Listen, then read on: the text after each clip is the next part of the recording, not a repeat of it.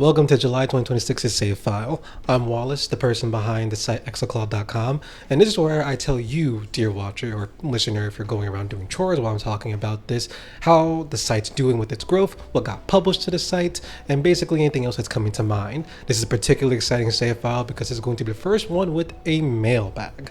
More details on that later. It's also an exciting time because this is your chance to tell me what you checked out in July. What did you read? What did you play? What did you watch? What did you listen to? What did you fight? I don't care. Just tell me, what did you get up to in July? Drop it in the comment section along with a like and a subscribe if you want video game coverage like this or just like anything that I mentioned in this video. Now, July was honestly a black as fuck month at Exalclaw. Technically, it's always a black as fuck month because last time I checked, I am a black man and I don't pretend to be otherwise, but a couple of pieces definitely came from black creators and as well as engaged with the way that they've impacted the black community or been in communities that have a high representation of black folks. This started with my piece about RDC World's video game house, which was unlocked after hitting 50 subscribers to the website / the newsletter. This was an awesome piece to write. I really enjoyed being able to go back and check out how Video Game House has aged as a series, which is to say, pretty well. Mark Phillips as Mario is an absolute madhouse and honestly one of the best representations of the character in any medium in my opinion. That's basically the emphasis of my entire piece. It's not a perfect series. There's little things here and there that definitely are like, okay, I'm glad that these guys aren't doing this as much in their content, but honestly speaking, it's a bit of a home run in terms of what I actually want to see whenever other mediums want to talk about video games, not just adopting these IPs and the worlds they build, but engaging with the way that the community around video games form. Honestly, this entire article was worth writing just so I could write the sentence "Crash is homeless." It literally never gets old to say that because it's funny as hell. But it also gave me a chance to reckon with what I think most video game movie adaptations get wrong, where RDC got right about what Mario is as a character and as an identity in the modern era, video game discourse, especially when it comes to sales, and a bit more. So if any of that tickles your fancy, go check out that article. The other very black article that I published to my site this month had to do with a game, Beat Down City Survivors from New Challenger, which has Vampire Survivors like gameplay, but with some pretty cool twists. Now, there was a lot that I could have said about this game. I'm a big fan of the enemy diversity. I love the weapon combinations. Putting together a wooden board and a chancla to give you a, oh wait, no, I'm wrong, a knife and the chancla to give you the buzz chancla, very important distinction there, is awesome. But what I actually ended up writing about was this game's incredibly fitting soundtrack. Developer Sean Alexander Allen got hella underground rappers, especially for the New York City area, into this game with heavy representation from Billy Woods' Backwood Studios. So in this game, you're able to play as Billy Woods himself, Elucid, Sketch 185, Prem Rock, Controller 7, Cade the Eye, Jeff Marquis, Kenny Siegel, just a bunch of people who have a massive presence in the underground rap scene. The entire project is basically a testament to what it looks like when you actually appreciate a niche as well as build authentic relationships with the people within that niche over a long period of time. So if you want to see why I consider this to be an incredibly fitting soundtrack, maybe the most fitting soundtrack of 2026 so far, go read the article. Or if you want to learn how developers Sean Alexander Allen made so many of these connections, as well as just their long history within the video game development space, check out the interview we did a couple of weeks ago too.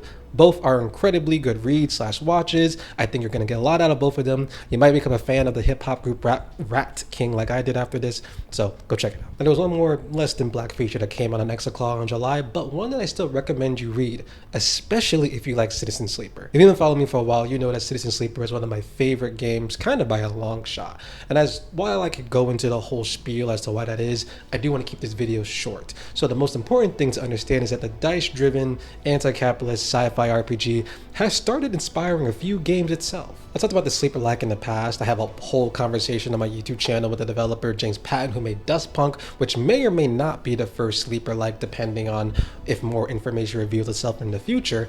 That game in specific was, rather than being a sci-fi adventure, was more of a steampunk war-afflicted area type adventure that I really enjoyed. But My whole point is I've been paying attention to what games have been explicitly borrowing the mechanics of Citizen Sleeper or its themes, which brought me to a game I reviewed toward the end of this month called Joy Malignant. Now I think Joy Malignant honestly has better ideas than it does execution, but I still think that this short 3 to 4 hour RPG takes some very interesting swings and does a little bit of cool stuff with the Citizen Sleeper formula.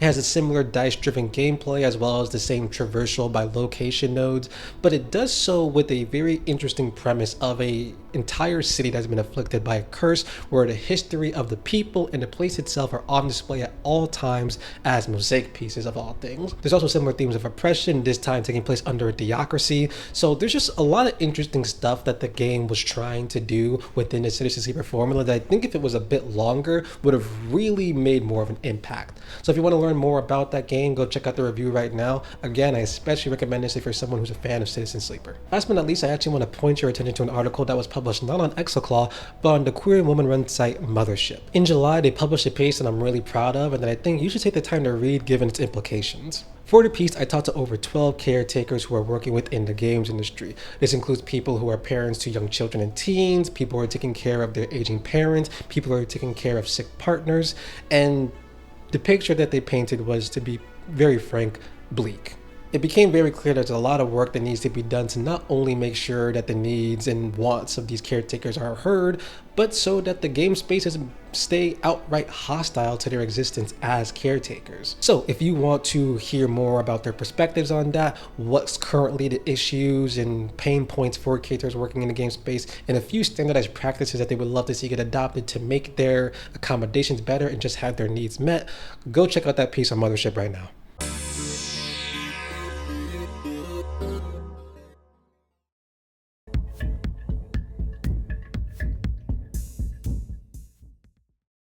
Now that we got all the written stuff out the way, let's talk about how Exalclaw is growing. Right now, the website has 68 subscribers, 16 of which are subscribed to the separate newsletter for the Observing Digital Space Debris series, my weekly poetry series.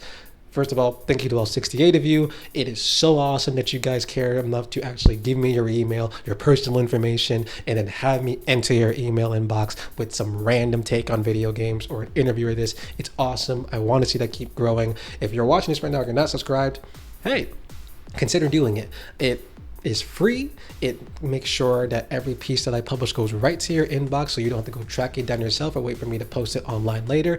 And because we're at 68, that means we're also fast approaching the number 100. Now, 100 is going to be a very cool number to hit, not only because it's one of the arbitrary numbers that most of us agree on is pretty cool, but also once we hit 100 subscribers, that's when we unlock the next reward, where I review every single SpongeBob SquarePants game from the development studio Purple Lamp. That's a reward I'm particularly excited for because Purple Lamp has kind of been kicking ass with their SpongeBob games. I played one of them already, SpongeBob SquarePants Battle for Bikini Bottom Rehydrated, which is a remake of the PS2 classic SpongeBob SquarePants for Bikini Bottom.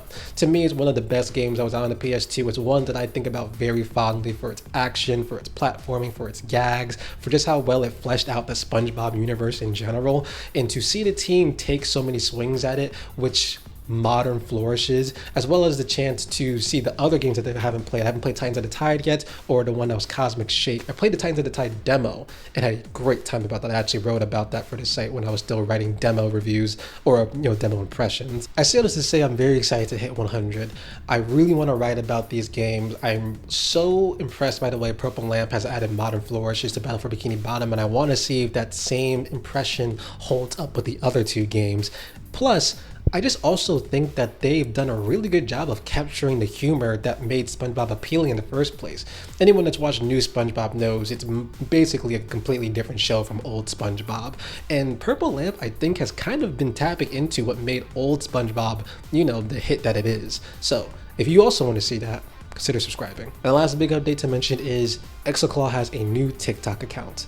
You've probably already seen my Twitch one if you're following me. You might have already seen my other one, which is where I was talking about the website. But I decided to make a whole new TikTok account for the website just because the TikTok account that I was using before has been a million different things in its lifetime. I used to do comedy sketches there. We used to talk about movies there, TV shows. It's a lovely place for me to yap. But TikTok's algorithm, and like most algorithms, really do benefit from when you have one niche that you stick to on that account. So I decided to spin that off, give this a whole new account, and build that from the ground up. It'll take some time to get there, but I think it'll honestly be better for me in the long run. So if you want to see some stray takes, some discourse, some demo impressions, just stuff that I think better fits very short form video engagement rather than actually sitting down and writing 1,000, 2,000, 3,000 or over word features, go over there and subscribe.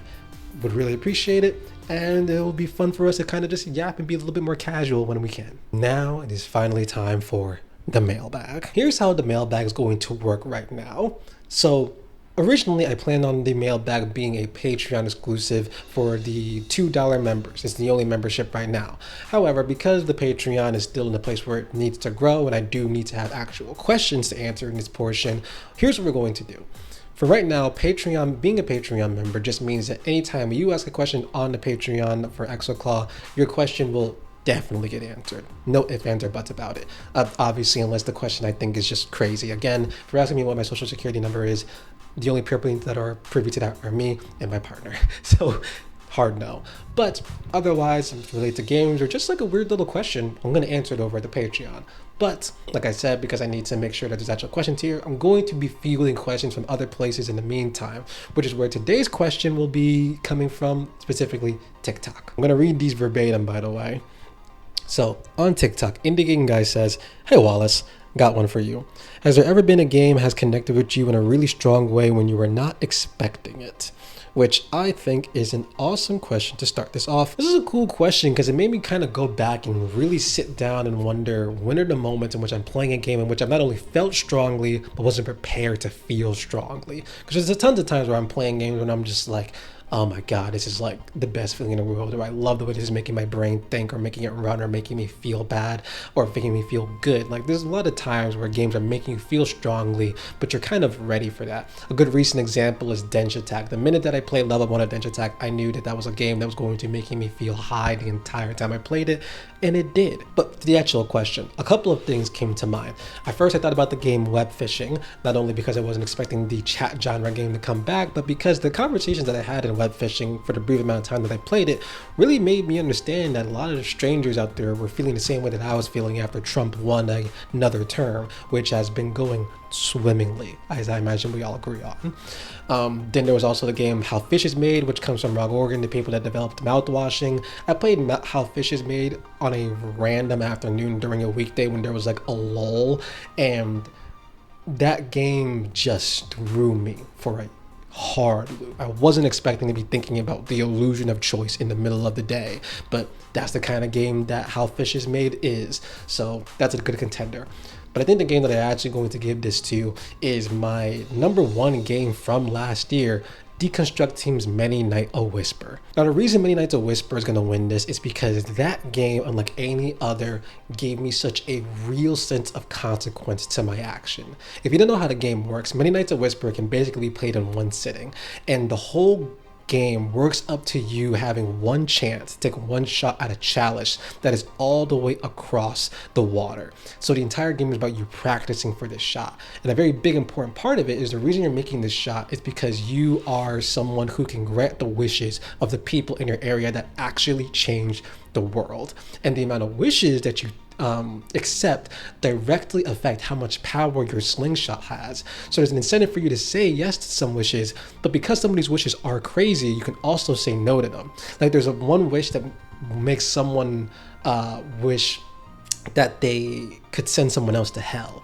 And in this version of the game, or this idea that the game creates of what your character is capable of, if hell didn't exist before this question, you fulfilling this wish will make hell exist. So like that's the kind of questions that are being asked of you as you're also working up this energy to make this shot that you literally get only one shot at. If you miss it, the game just ends. If you make it, the game ends. So it's really up to you and your own prowess and ability to make it. It's so it's just a game that I think captures what consequences in game could be so well, and I wasn't expecting it when I picked it up. It just hit me like a truck when I finished it, and I made the shot, and I still felt like that. So that's gonna be my answer. Many Nights a Whisper. And that'll be it for July's save file. If you stuck around for this long, thanks for sticking around. I appreciate your time and energy, and I ask you to use a little bit more of it to like the video, subscribe if you want more video game coverage in the future, whether it be these more save files, the interviews I'm doing, some other videos that I plan in the future, and don't be shy and share what you checked out in July in the comment section. Again, I want to hear anything, what you read, what you played, what you watched, what you fought, anything. It'd be wonderful to hear how your July went. That's it for me right now. Please take care of yourself, take care of your loved ones. Ciao.